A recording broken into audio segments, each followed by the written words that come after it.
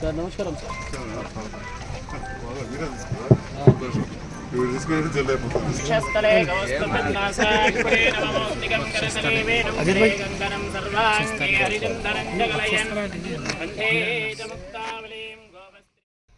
జగిత్యాల నియోజకవర్గ ప్రజలు మొదటి నుంచి కూడా నన్ను ఆదరించడం జరుగుతూ ఉంది. ఒక వైద్యునిగా, డాక్టర్గా ఉన్నప్పుడు కళ డాక్టర్గా, తర్వాత 2014 ఎలక్షన్లో ఆఖరి నిమిషాలు అసలు ఎవరు తెలియదు నేను నిలబడతాను కూడా నేనే అనుకోలేదు. ఇక 3-4 రోజులు ఉండగా నిలబడ్డా కానీ చాలా కొద్ది ఓట్లతోటి ఓడిపోయాను. తర్వాత మీరందరూ కూడా సహకరించి నన్ను భారీ మెజార్టీతో గెలిపించారు. నేను ఓడిపోయి ఉన్నప్పుడే అప్పుడు నేను కావచ్చు, అప్పుడున్న ప్రభుత్వం, కవితమ్మ గారు, ఈశ్వర్ గారు వాళ్ళంతా సహకారం తీసుకొని రోలవాగు ప్రాజెక్టు ప్రతిపాదన పంపి ఈ పని మొదలుపెట్టాం. అది మధ్యలో కొన్ని ఒడిదుడుకులున్నాక రెండవసారి ఎలక్షన్లు వచ్చినాయి. భారీ మెజార్టీతో మీరందరూ గెలిపించారు. మరి ఎంత భారీ మెజార్టీ అంటే జగిత్యాల నియోజకవర్గంలో ఉన్న ప్రతి గ్రామంలో నాకే మెజార్టీ వచ్చింది. మెజార్టీ ఇచ్చారు, వచ్చుడు కాదు. జగిత్యాల పట్టణంలో అన్ని వార్డులలో మెజార్టీ ఇచ్చింది. సో ఇక నా బాధ్యత ఏంది? కొందరు ఓట్లు వేయచ్చు, ఓట్లు వేయకపోవచ్చు, అందరిని కూడా కలుపుకోపోవాలి. నా కోసం ఆహార నిమిషాలు పనిచేసిన మా రవీందర్ రెడ్డిని కలుపుకపోవాలి, మైపాల్ కలుపుకోవాలి, రమేష్ కలుపుకోవాలి. అదేవిధంగా కొందరు నాకు వ్యతిరేకించిన వాళ్ళని కూడా కలుపుకోవాలి. అదే బాధ్యతగా నేను ఈరోజు కొంతమంది ముఖ్యులకు, మండల నాయకులకు ఫోన్లు కూడా చేసినాను. ఎందుకంటే నేను ఒక డాక్టర్గా అంటే బాగా పైసలు సంపాదించిన డాక్టర్గా కాదు. వాస్తవానికి నేను డాక్టర్ వృత్తి మొదలుపెట్టినాడు. ఇలా మీడియా ముందు చెప్తున్నా, ఈ శ్రీనివాస్ డాక్టర్ బాగా తెలుసు. ఎందుకంటే వీళ్ళ కుటుంబం మా నాన్నకు పరిచయం. అప్పుడు నాకు మా నాన్న పెద్ద వకీలయ్యో, ఊళ్ళో భూములు ఉండో, మంచి హోదా నాది. ఇప్పుడు నాకంటే ఎక్కువ పైసలు 50 మంది డాక్టర్లు జయించాలి. కానీ నాకు అవకాశం ఇచ్చారు. ఎందుకు ఇచ్చారు? నాకు ప్రజలకు సత్సంబంధాలు ఉన్నాయి, నేను సేవ చేస్తానని చెప్పి నాకు పిలిచి మరి పోటీ చేయమన్నారు. రెండవసారి బ్రహ్మాండంగా గెలిచాం. చూసి ఇవాళ 18 నుంచి 23, 5 సంవత్సరాల్లో నిరంతరం పనిచేసాం. పనిచేసుడితోటి ఇవాళ జగిత్యాల పట్టణం, చుట్టుపక్కల గ్రామాలు చాలా గొప్పగా అభివృద్ధి అయినాయి. మనకు కొద్దిగా రోలవా కంప్లీట్ కాక మన బీర్పూర్ మండల ప్రజలు అనుకున్నంత నాకు కొద్దిగా గుర్తింపు ఇవ్వలేదు. దానికి కారణం టెక్నికల్ రీజన్స్, అంటే అటవీ ప్రాబ్లం. ఇప్పుడు వచ్చిన డిఎఫ్ఓ గారు మన నేరళ్ళ గ్రామమే, వారు ప్రత్యేకమైన శ్రద్ధ తీసుకుంటున్నారు. నేను కూడా ఈ డి గారితో ప్రతి వారం మాట్లాడుతున్నా. డి చక్ర అంటే తెలుగు నాయకులు లేడు ఇక్కడ, ప్రజలకు తెలియకపోవచ్చు కానీ దాని ఇంజనీర్. ప్రతి వారం మాట్లాడుతున్నాం. ఎందుకంటే అలా మునిగే చెట్ల లెక్క తీసుకెళ్ళాలి. అక్కడ మనం పోతారంలో భూములు మునిగితే 16 కోట్ల రూపాయలు ఇచ్చేసినాం ఇప్పటికే. ఈ భూమి మనం వేరే కాడియాలి. అడవి భూమి మునిగితే మళ్ళీ వేరే కాడియాలి. ఆ భూమిని కూడా గుర్తించినాం ఎక్కడ ఇవ్వాలి. అవన్నీ ఇప్పుడు నేను చెప్తున్నట్టు ఆ ఊళ్ళో ఇప్పుడే మొదలు పెడతారు. మా భూమి ఎట్లా ఇస్తారు వచ్చింది.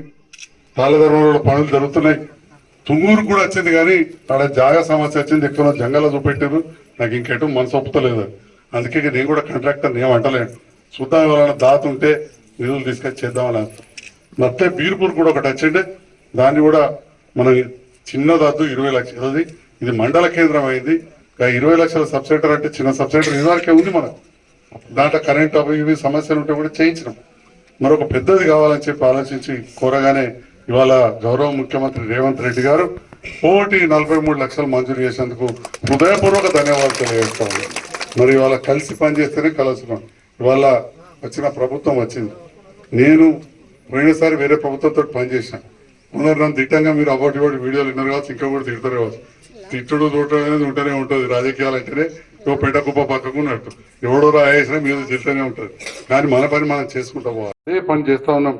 ఆ కాంట్రాక్టర్లకు దాదాపు ఎంతో కొంత అమౌంట్, చాలా డబ్బులు వచ్చేటివి ఉండి అవన్నీ మేము చెప్పేది కాదు. ఆ డబ్బులు కూడా అప్పటి పని అయినా కానీ ఈ ప్రభుత్వం వచ్చినాక కూడా ఇప్పించుకుంటూ వస్తున్నాం. ఇలా ఈ కార్యక్రమాలు చేస్తున్నాం. ఇంకా మున్ముందు కూడా మీ అందరు అండదండాలతోటి తప్పకుండా ఈ ప్రాంతానికి అభివృద్ధి చేస్తాం. ముఖ్యంగా మా మహిళా మనులు కూడా వచ్చారు. నా రమేష్ గారు, మీ విఓఎల్ మహిళలు వస్తే బాగుంటుందని చెప్పి ప్రజాప్రతినిధులు అందరూ కూడా వచ్చారు. మీరు కూడా ఆలోచన చేయండి. మనం ఎక్కువ సిజేరియన్లు దిక్కుపోతున్నాం. ఎక్కువ ప్రసూతులు ఆపరేషన్లతో అవుతున్నాయి. ఎక్కడ అంటే తెలంగాణలో అవుతున్నాయి, భారతదేశంలో ఎక్కువ అవుతున్నాయి. వేరే ఎక్కడ కూడా 100% కూడా అవుతలేవు. మన దగ్గర 170% మంది ప్రసూతులే అవుతుంది. మా సిస్టర్ అమ్మలు చెప్పినప్పుడు మీరు కొద్దిగా అర్థం చేసుకొని దయచేసి నార్మల్ డెలివరీకి సహకరించుంది. మీ ఆశమ్మలు కూడా మీరు టెన్షన్ పడద్దు. ఒక డాక్టర్గా నేను మీ ఇంట ఉన్నా. మనం చూడాలి ఎందుకు కావు. మరి మా అమ్మకు ఆపరేషన్ కాకుండానే నేను పుట్టింది. నాకు నా బిడ్డ మా భార్యకు ఆపరేషన్ కాకుండానే నాకు బిడ్డ పుట్టింది. నాకు మొన్ననే మనోరాలు పుట్టింది 3 ఏళ్ల కింద. నా బిడ్డకు ఆపరేషన్ కాకుండానే నాకు మనోరాలు పుట్టింది. మీరందరూ ఆపరేషన్లు ఎందుకు చేయించుకుంటారు? ఆపరేషన్లు ఇప్పుడు మనకి దెబ్బ తగులుతుంది. నేను మీకు అర్థమయ్యేటట్టు చెప్తా. ఇప్పుడు దెబ్బ తగులుతుంది, కుట్లు ఎత్తాం, బర్ర పడుతుంది అప్పడదు. అట్లనే ఎన్ని కొత్తే లోపల దాకా బిడ్డ బయటపడుతుంది. చర్మం దిగాలి, ఈడో కండరాలు దిగాలి, అవన్నీ గర్భసంచి కొయ్యాలి, అవన్నీ బర్రలు పడతాయి కదా. ఈ బర్రకు ఆ బర్ర ఇది అతుక్కుంటుందా చర్మం? మన బర్ర కుట్లయితే అతుక్కుంటుంది కదా. గట్లనే మరి ఒకదాని మధ్యలో కో చర్మం అతుక్కొని అడ్డంకి ఏమవుతుంది? కడుపు నొప్పి, పెగులు అతుక్కుడు, మళ్ళా ఊరికి కడుపు నొప్పుతుంది, గర్భసంచి వీకి పారేసుడు, గర్భసంచి తీసినప్పుడు మళ్ళీ ఒకసారి వచ్చే వరకు మళ్ళీ అతుకుడు, ఆగక్కడ పేగులు అతుకుడు, కమ్జోరు. ఇంతవరకు మీకు అర్థమైంది. ఇక మీకు అర్థం కాదు. ఇక మాకు బాగుంటుంది. హార్మోనల్ ఇంబ్యాలెన్స్ అంటాం. ఇక అక్కడికి పోతే ఇక మీకు అర్థం కాదు. కానీ అది ఇంకా టెన్షన్. దానివల్ల ఏమవుతుందంటే ఈ దడదడ అనుభవం టచ్చుడు, బలైనప్పుడు అంటే వయసు మీద పడి బహిష్టు ఆగిపోయిన మన పెద్ద మనుషులకు ఏ రకంగా అయితే మానసికంగా శారీరకంగా బలహీన పడతారో గర్భసంచి తీసేసుకుంటే ఆ రకంగా మన 25, 30, 40 ఏళ్ళు ఆపరేషన్ చేసుకుంటే బలహీన పడతారు అని చెప్పి ఈ సందర్భంగా ఒక డాక్టర్గా కూడా చెప్తా ఉన్నాను.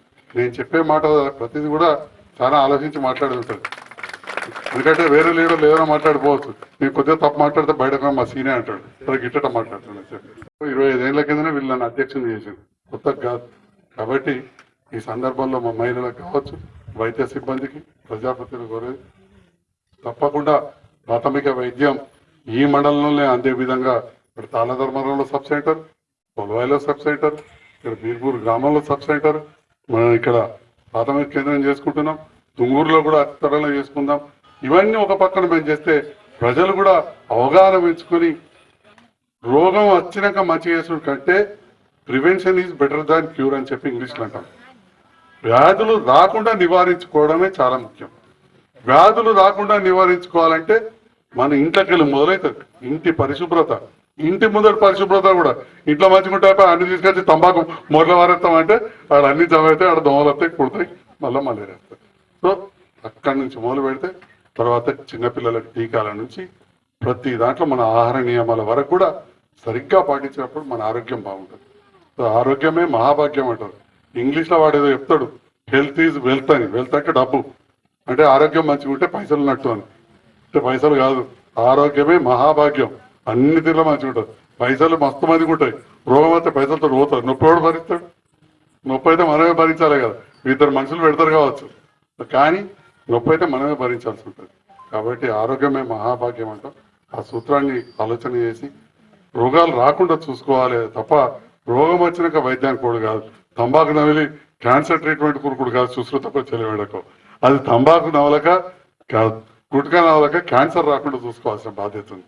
ప్లాస్టిక్ వస్తువులు తక్కువ వాడుకోవాల్సిన బాధ్యత ఉంది. ఆహారంలో మనం బయట తిన్నప్పుడు తప్పేం లేదు తింటే, కానీ ఆ నూనె మరిగిన దాంట్లో బజ్జీలు కొనుక్కొని తింటే అది కార్సినోజెనిక్ అంటారు. అది తలకాయ ఊపుతుంది మా డాక్టర్లు కూడా. సో ఈ రకంగా ఎన్నో ఉంటాయి. వీటన్నిటి కూడా నేను కళ్ళ డాక్టర్ని. ఏదైనా బండి మీద పోతారు, ఎవ్వరు కళ్ళద్దాలు పెట్టుకోరు, కనుక దెబ్బలు తెట్ట ఎవ్వరు హెల్మెట్ పెట్టుకోరు, తలకాయలు వలి ఉన్నారు చెప్పి. ఇంతకుముందు మనకు అన్ని విధాల లాభం అవుతుంది. డబ్బులు వృధా కావు, మన ఆరోగ్యం కూడా మంచిగా ఉంటుంది. ఈరోజు బీర్పూర్ మండల కేంద్రంలో ఆదివారం నాడు సెలవు అయినా కానీ మా అధికారులంతా వచ్చారు. నేను పిలవగానే తమ్ముడు, అంతరంగా మాజీ సర్పంచ్ రవీందర్ రెడ్డి గారు, రైతు నాయకులు వచ్చారు. అందరికీ ఇక్కడ ఉన్న నాయకులకు, పాల్గొన్న నాయకులకు, అధికారులకు, వైద్య సిబ్బందికి, వివిధ విభాగాల సిబ్బందికి, మా మహిళా అక్క చెల్లెళ్లకు, వివిధ గ్రామాల ప్రజాప్రతినిధులకు, పెద్దలకు అందరికి కూడా మరొకసారి పాత్రికేయ మిత్రులకు హృదయపూర్వక ధన్యవాదాలు. Thank you very much.